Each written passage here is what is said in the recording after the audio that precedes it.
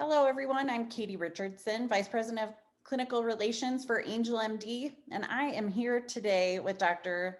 Sana Gosford, and she is the founder and CEO of Rubitection, and she's going to tell us about a novel device in the dermatology and wound care space. Welcome, Sana. Go ahead and share your screen. Thank you, Katie. Thank you for your time and the opportunity to present. My name is Dr. Sana Gaspard, and I'm the CEO of Rubitection and the primary inventor of its technology. I have a doctorate in biomedical engineering with a specialization in medical device development.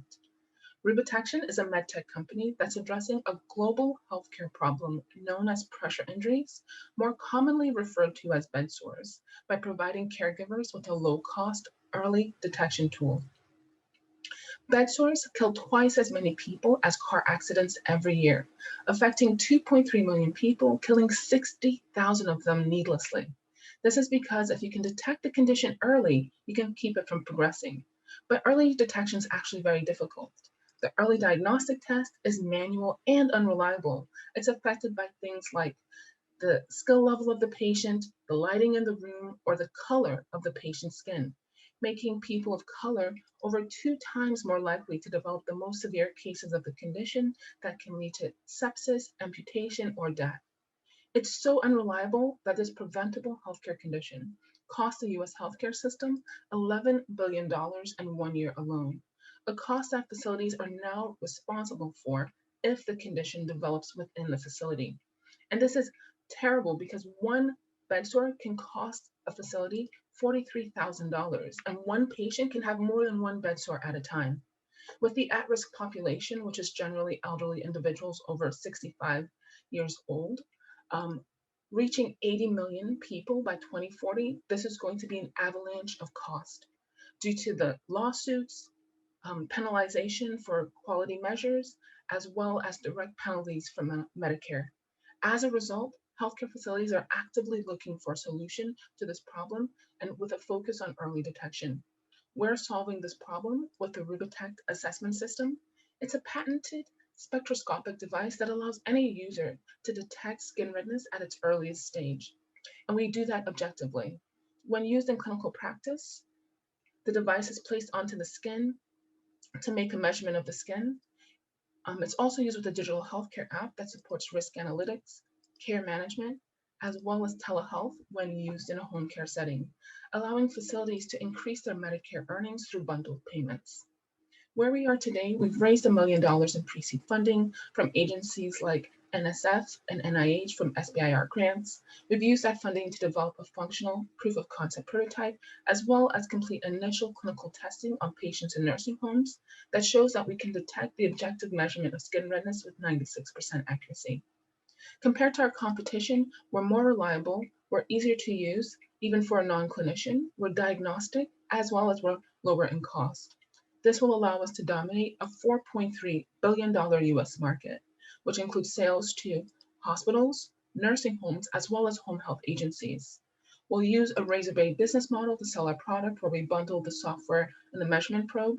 We'll also make additional revenue from the disposable cover. And here's how we make money. For every device we sell, we make $22,000 in annual recurring revenue. From the use of the disposable cover on patients, we estimate that one facility will purchase 12 devices, yielding in total revenue per year of $264,000. With over 6,000 hospitals in the US alone, that gives us a total market of $1.6 billion. Within 6 years, we estimate we can capture 6% of that market, yielding over $100 million in sales. And when we looked at the cost of our system to the facility, $264,000 is just 20% of what a facility is currently spending potentially in direct treatment costs, as well as additional Medicare penalties, yielding an ROI of over 400%. As a result, we've already had facilities who started contacting us to either purchase the technology or to clinically collaborate with us. And this year, we'll be working with 3 facilities to do additional clinical tests. And we'll use these clinical partners as our initial customers. To get to the broader market, we'll work with strategic sales and distribution partners, all of whom here we've actually reached out to, and they've provided a letters of interest. This is primarily because they currently offer products in the treatment space, but nothing really in the early detection and prevention space. and our solution can help them remain competitive on the market. This is such a growing and interesting market that even companies not traditionally in that space, like Procter & Gamble, recently evaluated us to be their next billion-dollar brand. To get to market, we're currently focused on prototype development and broader pilot testing before moving on to product development and initial sales, with the goal of launching our product in 2023. And our vision with going to market is to really make our solution the global standard tool for skin health assessment. The team behind the company, I'm the CEO. I'm working with Dr. Hines, who has his doctorate in chemical engineering, is our data scientist. I'm working with Michael Schilling, who has a background in robotics and supports prototype design and development. We've surrounded ourselves with experts in the field, like Dr. Joyce Black, who is the current vice president of the National Pressure Injury Advisory Panel that sets the national guidelines for pressure injury prevention, treatment, and care. As a team, we're excited to get the solution to market to save lives and reduce cost. When we looked at the broader market application within skin health, we realized that bed sores are just the beginning. With the broader application of our same technology to other conditions like diabetic foot ulcers or dermatology to treat rosacea or eczema, we could increase our market opportunity to over $34 billion. And for where we are today in terms of focusing on prototype development and broader pilot testing, we're currently raising a seed round of $2 million, which will help us complete those milestones to move towards product development and manufacturing. And we invite you today to join us in doing well while doing good, and you can learn more at rubitection.com. Thank you for your time. Great, Sana. Thank you so much for telling us all about Rubitection. I have a few questions for you today. First of all, I never knew as a pediatrician that bed sores were this big of a problem. Those statistics are shocking. I would love for you to tell us a little bit more about the technology itself, your IP, and what's to prevent someone else from doing a similar type of device. Thank you, Katie. That's a great question. So what would prevent someone from doing a similar type of device is that we do have an issued patent on the combination of sensors and utility towards early bed sore detection. So anyone who was attempting to use the same platform and which would require the same sensors that we are using would be infringing on our patent. We also have additional patents pending to broaden out that use case to other skin health conditions, and we'll have additional pending patents around different embodiments. And the way our technology works at a high level is very similar to pulse oximetry, in that we are shining light into the skin, measuring the light that comes back, and then we analyze that to look for changes in skin redness so that we can do an objective assessment of indicators of skin perfusion, essentially. Great. Thank you for that additional explanation. I'm wondering, you mentioned you have a few partners to do some additional clinical studies. Can you tell us a little bit about the types of things you will be looking for in those studies? Yes, so we'll be looking to show, one, that our system is comparable or better to current nursing care in terms of detecting the condition on admission, which is a real financial pain point for facilities. This is a pain point because if a patient comes in with the condition, insurance will pay for it. If it's deemed that it's developed within the facility is responsible for it. So there's a huge emphasis to detect it on admission. And so we're focusing one of our first objectives as evaluating the performance of the system compared to nurses on admission. And then we're also secondarily looking at if we can detect the condition sooner than the nurse for patients who are already in the facility, so that we can have data around our ability to catch it earlier than the nurse, and then look at impact on patient care in terms of prevention through early detection. Yeah, that sounds amazing. Clearly a huge cost savings for the overall healthcare system, right? Yeah. Tell me a little bit more about your regulatory path for this type of device. Yeah, so the regulatory path, we just recently completed an updated regulatory strategy. There's already an existing FDA code for pressure ulcer management tools. Under this classification, our system would be a class 1 device.